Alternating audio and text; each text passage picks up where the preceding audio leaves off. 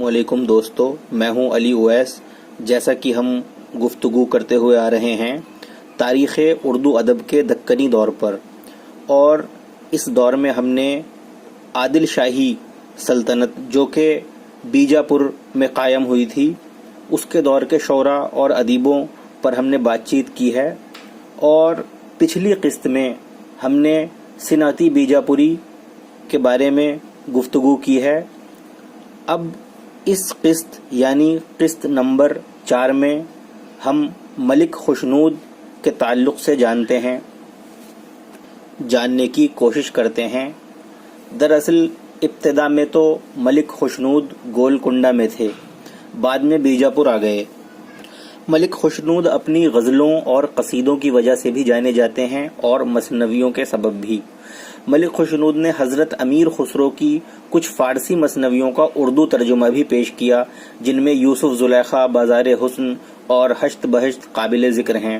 ان سبھی تصنیفات کے سبب انہیں اچھی شہرت حاصل ہوئی۔ ملک خوشنود کے تعلق سے کہا جاتا ہے کہ یہ گولکنڈہ میں قطب شاہی سلطنت کے غلام کی حیثیت سے رہتے تھے۔ سلطان کی پھوپھی خدیجہ سلطان کی شادی بیجاپور میں محمد عادل شاہ سے ہوئی تھی۔ اس شادی میں خدیجہ سلطان کے سامان وغیرہ کی دیکھ بھال کے لیے ملک خوشنود کو بھی خدیجہ سلطان کے ہمراہ روانہ کیا گیا تھا۔ سفر کے دوران خدیجہ سلطان نے ان کی صلاحیتوں کا اندازہ لگا لیا۔ ان کے کام کاج اور طور طریقوں سے خوش ہو کر خدیجہ نے انہیں ایک اچھے عہدے پر مامور کر دیا۔ اس طرح ملک خوشنود ایک اچھے منصب کے ساتھ بیجاپور پہنچے۔ تو دوستو، یہ تھے ملک خوشنود، ان کی مشہور مثنویاں ایک بار پھر میں دہراتا ہوں: یوسف زلیخا، بازار حسن اور ہشت بہشت۔ اب اس کے بعد ہم ایک اور مشہور شاعر کی طرف بڑھتے ہیں، کمال خان رستمی۔ رستمی ایک بہت باکمال شاعر کی حیثیت سے جانے جاتے ہیں۔ یوں تو انہوں نے غزلوں اور قصیدوں میں بھی خوب نام کمایا ہے، لیکن اپنی ضخیم مثنوی یعنی خاورنامہ سے انہیں قابل قدر شہرت حاصل ہوئی۔ یہ مثنوی حسام کی فارسی مثنوی کا ترجمہ ہے۔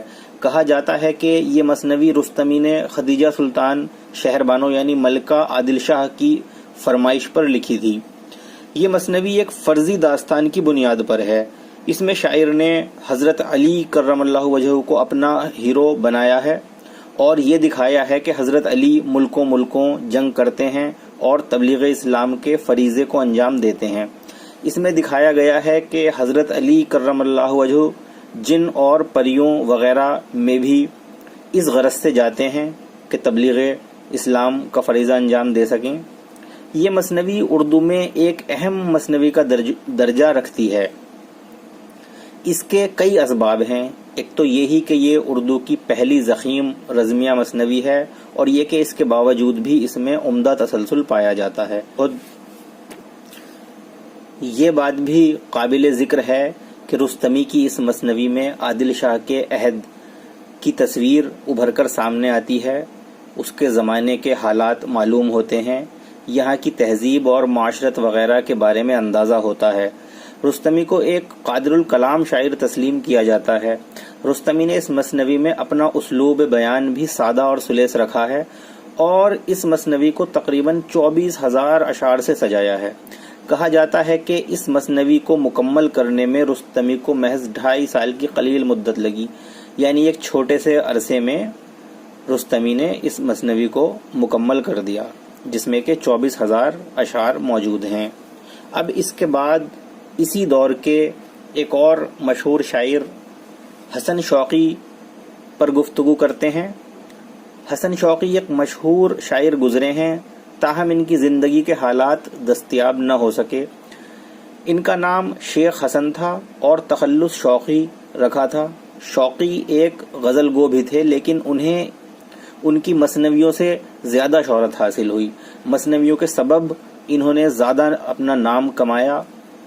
ان کے کلام میں ان کی 2 مثنویاں بآسانی مل جاتی ہیں، ایک تو فتح نامہ نظام شاہ اور دوسری میزبانی نامہ۔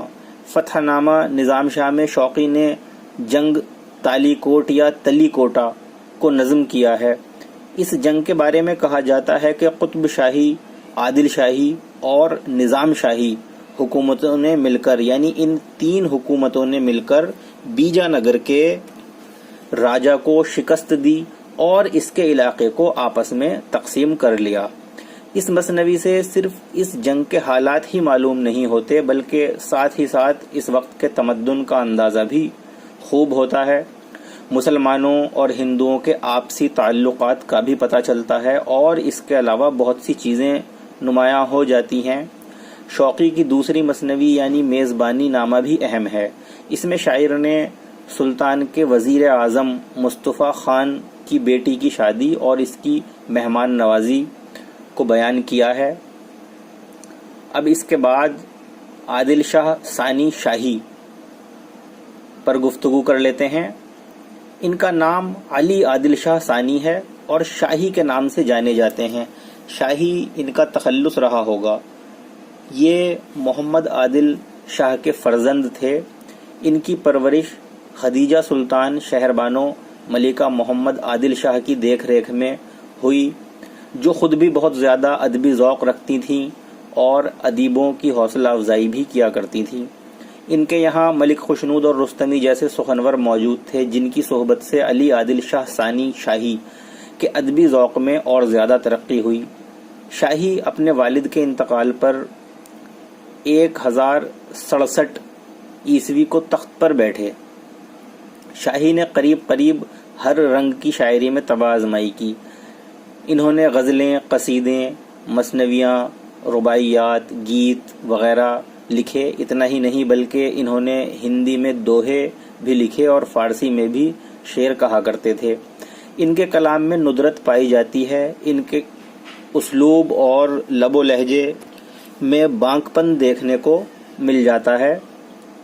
انہوں نے ہندو دیو مالائی روایات کو بھی اپنے کلام میں بہت خوبی سے جگہ دی۔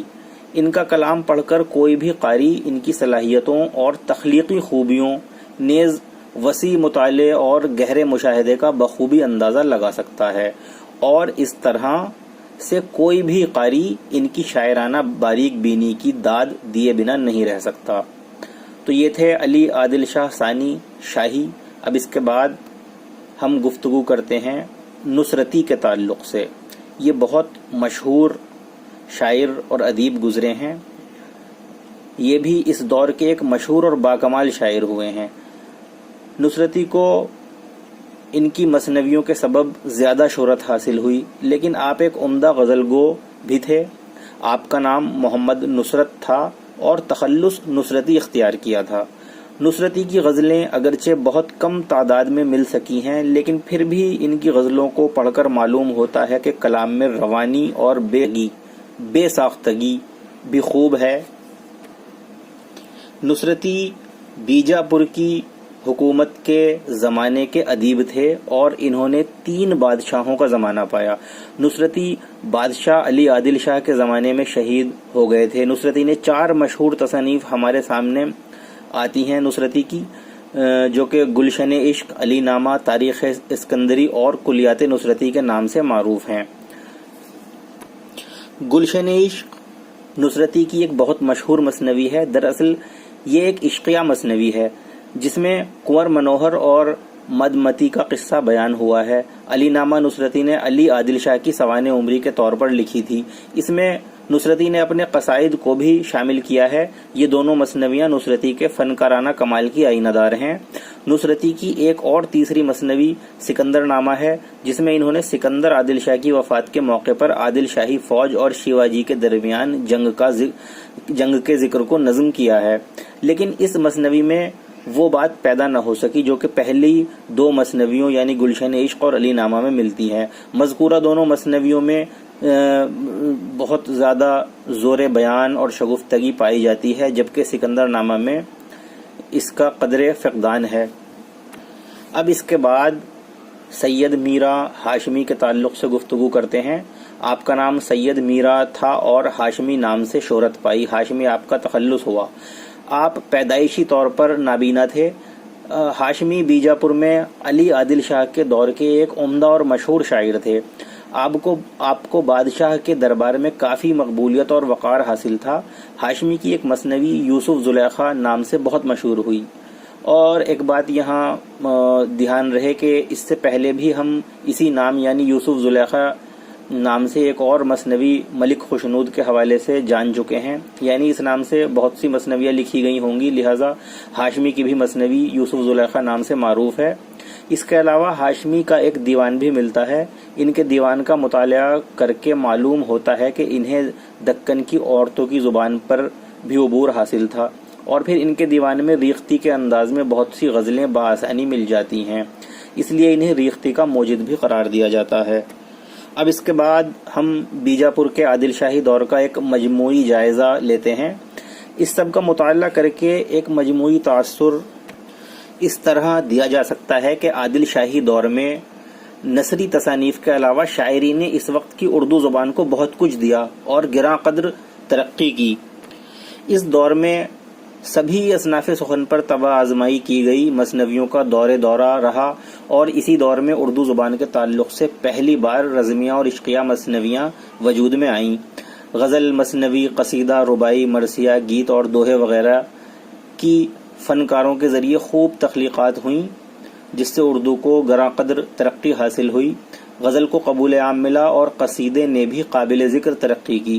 اس زمانے کے غزل گو کو پڑھنے سے اندازہ ہوتا ہے کہ اس زمانے میں غزل میں عورتوں کی طرف سے اظہار عشق پر زور دیا جاتا تھا۔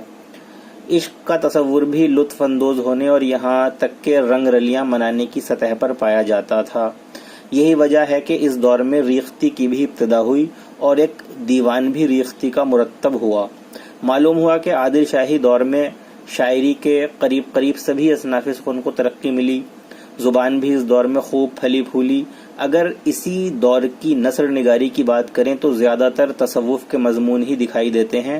نثر میں ادیبوں نے تصوف کے مسائل پر گفتگو کی ہے، اس سے بھی زبان کو اس دور میں ارتقاء کی منزلیں نصیب ہوئیں۔ تو دوستو، یہ تھے بیجاپور کے عادل شاہی دور کے شعراء اور ادیب جن پر ہم نے گفتگو کی ہے۔ اب اگلی قسط میں گولکنڈہ میں قطب شاہی دور کے تعلق سے گفتگو کریں گے۔ اب ہمیں اجازت دیجیے، ہمارے چینل کو سبسکرائب کریں، تمام ویڈیوز کو لائک کریں، اور کہیں کوئی سوال ہو تو آپ ہم سے کمنٹس کے ذریعے پوچھ سکتے ہیں۔ اللہ حافظ، السلام۔